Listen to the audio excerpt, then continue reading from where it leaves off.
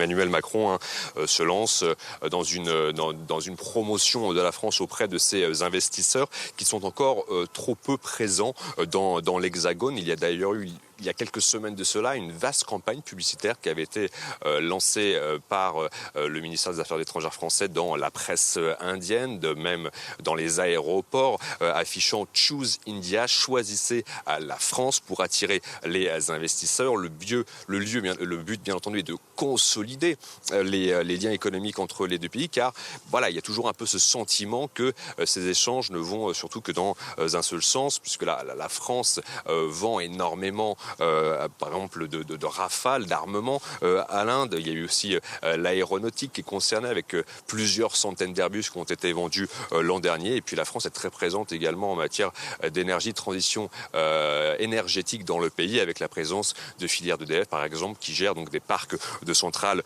solaires.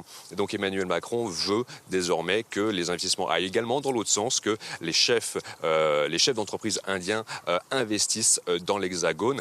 Et puis il avait, pas que du point de vue économique, même du point de vue culturel, des étudiants. Il a martelé même hier devant des étudiants indiens qui voulaient que 30 000 d'entre eux étudient en France d'ici 2030.